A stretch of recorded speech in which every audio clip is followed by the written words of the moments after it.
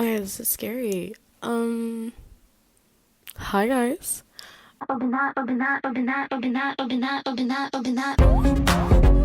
Welcome girls. I am Kezia Matoka, also known as Matoka. I am your mother mommy, just a little bit different.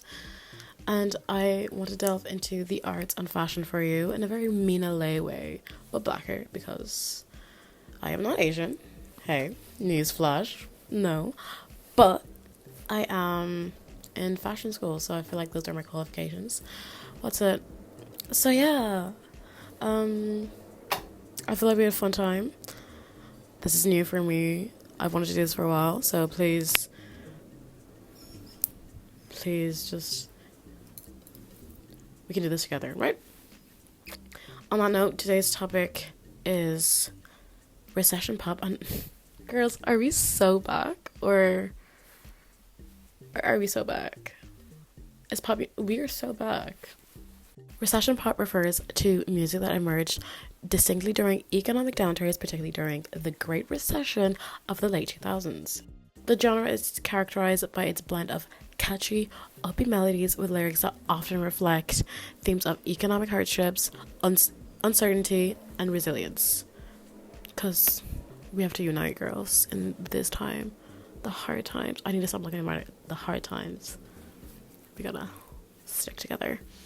The Irish Independence started the recession pop name with an interview with Lady Gaga in 2009, in which she commented on, with the recession in Ireland as well as in the US, which almost in a full depression now, we could all use some time to smile, and how this inspired her to create music for people that were hungry and rejoicing and escaping. Because who doesn't love a good early 2000s Lady Gaga? I'm only human, girls. I'm only human. One can only enjoy art. Clearly, I have good taste in art. I have more art behind me, but you can't fully. I don't know if you can see, but yeah. Okay, let's move on. They, funny enough, finished the post with, "Will recession pop produce music of lasting consequences? Probably not. Not knowing how popular their recession pop will become and how impactful it is on my generation."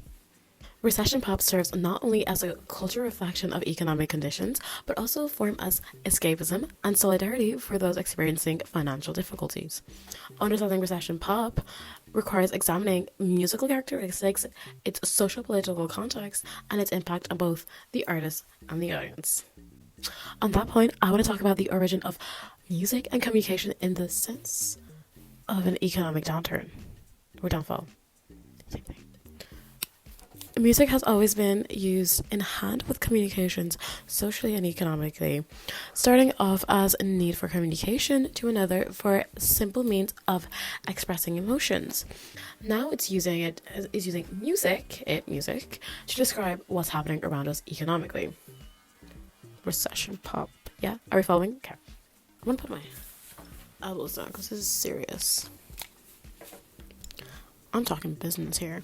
But according to Stephen Brown, music and language may have evolved from a stage called musolanguage, sharing ancestral features of music and language. Preceding this musolanguage stage was a system of referential emotive vocalization, which recalls that served as immediate emotive responses to certain objects in the environment. I got through that without stuttering. Not really. By 2009, the Great Recession's first full year, national unemployment reached 15 million people, or 10%, the first double-digit rate since the early 1980s. Trillions of dollars of wealth disappeared from the economy, and 4 million Americans lost their homes in just 2 years. This environment shaped the cultural landscape, influencing not only the themes of pop music, but also the consumption and production, leaving music to be the quickest form of media to be made to respond on a social, political, and economic change. Obviously, you have movies, literature, something else, but music is the quickest forms of them to be made first. Recession pop is defined by its paradoxical nature. It juxtaposes lively, infectious beats with lyrics that convey struggle and perseverance. This combination creates a contrast that captures the complexity of living through an economic hardship. On that note, let's start in the 1930s as an example. Big band jazz and swing became incredibly popular. Artists like Duke Ellington and Benny Goodman provided an escapism for the daily struggles, their upbeat tunes lifting spirits and bringing people together. And in the 1970s, the world faced another economic crisis. This era gave light into two contrasting musical movements, disco and punk rock. Disco was its glamorous escapism vibe, offered a fantasy world where troubles could be danced away, while punk rock, raw and rebellious, gave voice to the anger and frustration of the youth. The concept of having more joyful and uplifting music while going through an all-time low financial has always been prevalent, seen in these two examples that I provided you so generously. For artists, creating recession pop was a way to connect with audiences by addressing themes of financial struggles and their personal survival and resilience, social commentary, escapism, and realism. Musicians were able to tap into shared experiences, fostering a sense of a community and mutual understanding. This connection was crucial during the time when many felt isolated and overwhelmed by their circumstances. Music during recession often swings between two poles: escapism and realism. On one hand, you have songs that help people forget about their problems, and on the other, you have music that directly addresses the economic and social issues at hand. In 2009, the worst financial year since the Great Depression, the Great Recession, chart toppers included the Black Eyed Peas' I Got a Feeling, Lady Gaga's Just Dance, Kesha's TikTok, Jay-Z's Empire State of Mind, and Rihanna's Don't Stop the Music. With themes of luxury, escapism, and radical optimism, these upbeat and positive tracks provided a comfort in the fantasy of extravagance. Despite people's situation at the time, almost every song on the radio was about love and life and getting money. Music was fast and people were dancing. Please don't stop the music. Please don't stop the music. I should probably can't sing all of that. Song copyright issues. Audiences in turn found solace and motivation in recession pop. Artists like Lady Gaga, Katy Perry, and Kesha exemplified this trend in the late 2000s with hits that dominated the charts despite, or perhaps because of their thematic relevance at the time. Lady Gaga's Just Dance, Katy Perry's Fireworks are quintessential recession pop tracks. Just Dance, released in 2008, became an anthem of escapism, encouraging listeners to dance through their problems. Similarly, Fireworks, released in 2010, offered a message of hope and self-empowerment, resonating with those facing economic and personal challenges. Music became anthems of defiance and celebration, encouraging listeners to find joy, strength in the face of adversity. The genre's infectious energy and hopeful messages provide a temporary escape for their daily struggles. Without a sense of unity from singers reaching out, we fail to see a sense of one, creating a social recession with people. According to a global survey, about 33% of adults experience a feeling of loneliness worldwide. A loss of hope and optimism for the future will have devastating consequences for economies and societies. These trends affect physical health. One study of Chinese adults showed that loneliness can speed aging. I'm gonna need a lot of friends. I do like my alone time. People underestimate alone time. Like, people can't be alone. And I could go on about that. How people cannot be alone. Like, some of you, do you not like yourself? Just a question. I'm just asking. Who the fuck said that? I'm just asking a question. Do you not like yourself enough to be just alone in a room without spiraling or just enjoying quiet? No?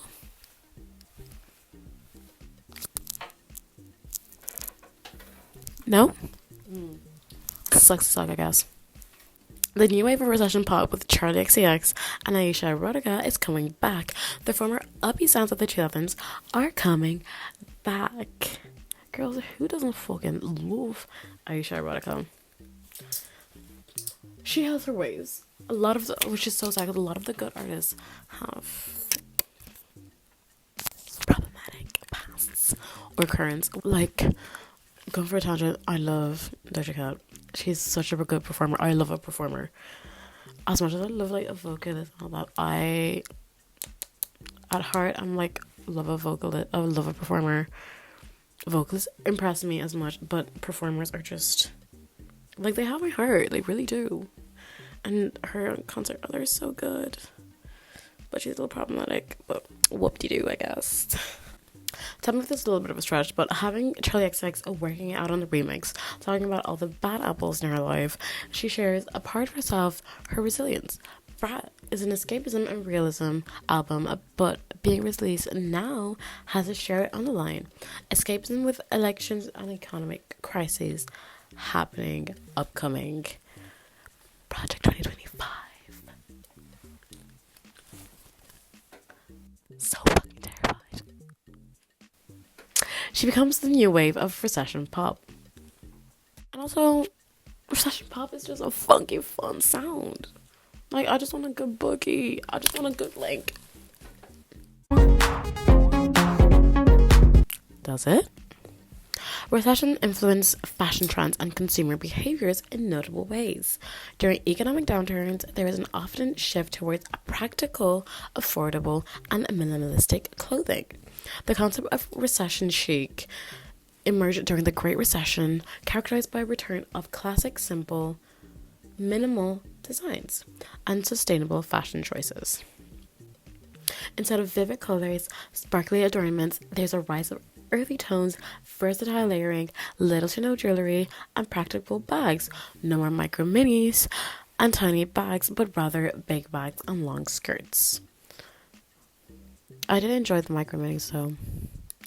However, my ass did always appear out of it, which was kind of like a bummer, but hey, gotta do what you gotta do for the style. Also, yeah, if you see me talking to Mike, because the mic isn't here.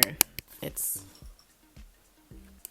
I've gotta give appearance of a good vibe. That's why.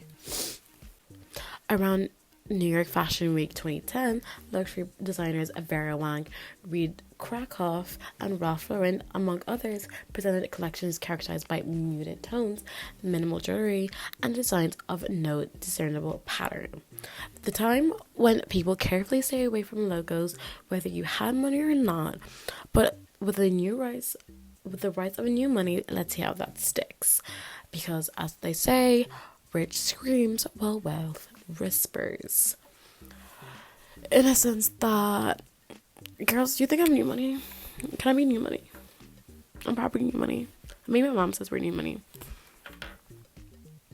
But I want to be like new money. Like, I want to like be Supreme t-shirt, LV sweatpants, like new money. Wealth whispers and all the minimal brands. What are the Olsen twins brand called? What's it called? The one that they had, people were like, oh, you can't have phones because secrecy and all that. And Mina did a great video about how secrecy is always wanted, but not always received. Something about that. I don't remember what the title was, but kind of really good video. I love Mina. Please see this. I love you. There was also a witness of absence of neck pieces on the red carpet, even though the dresses that were worn had a plunged, minimal to no neckline, exposing just a simple, boring neck, not accessorized. Kinda if like we had the top I have on, I don't know, kinda like if it's the top I have on now, but without these, which is what I did yesterday when I was out, and I kinda wish I lost the necklaces. I didn't know what they were. And kind of a bummer, but you know what? We're in an upcoming recession, so who the fuck cares anymore? The lack of sequins, glitter, etc. seemed missing from the runway collection in the fall 2023 show. These are not my words; these are the words of research that I found. It is also noted that 43% of Jacquemine's collection displayed plain and simple designs and stayed away from any blinky additions. Is this a time for minimalistic jewelry and muted colors? Okay, I don't have a lot of don't actually. I was gonna like flex, but I don't have a nice jewelry. Brands are now intentionally blurring traditional gender distinctions by blending ultra masculine with ultra feminine. This approach is not only more inclusive, but is also more accessible. In an economic downturn, everyone is generally shopping less, but when made universally wearable, clothing becomes more worthwhile investments. Ultimately, nothing is quite as economical as gender fluid style. In 1926, an economist called George Taylor introduced the hemline theory. When the economy is flourishing, hemlines increase. Meanwhile, one would see more miniskirts, and when the economy situation is deteriorating, the hemlines drop, perhaps even to the floor. Basically saying, when times are good, skirts are short, and when the world's financial situation drops, so does skirt. To the floor. We're seeing, I want to see no ankles because I cannot pay to see the ankles. Basically. You don't have that OnlyFans money like I do. We're doing coquette. We're doing office siren.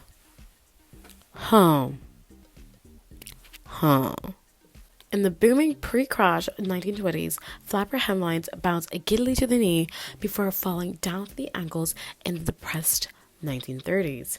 The 1960s youthquake, complete with postage stamp-sized miniskirts, heralds a similar stylistic liveliness before the oil crisis of the 1970s. Plunged fashion back into the earnest, hippie frame of mind. Could that be happening with office siren? Question mark? No? Don't look at the tape. Okay.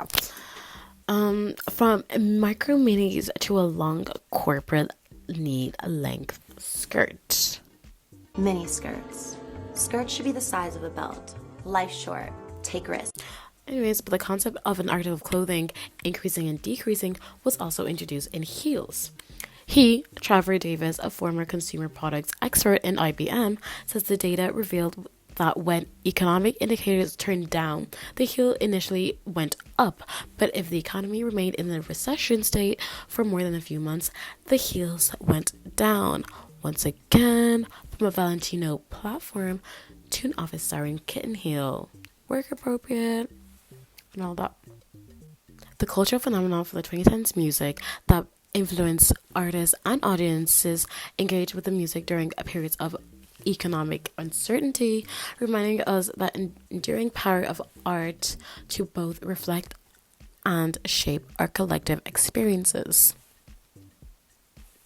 Showing how even the 2010s music, the escapism and the euphoria that the music showed us is something that we still crave in any situation, because we are so back when Charlie XX had a new album and when Aisha Erotica was spotted out of the grave on some TikTok track that I saw.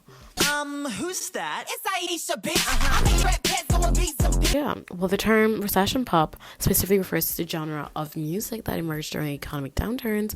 The broader phenomenon of how economic recessions influence culture extends beyond music to various other forms of art and engagement.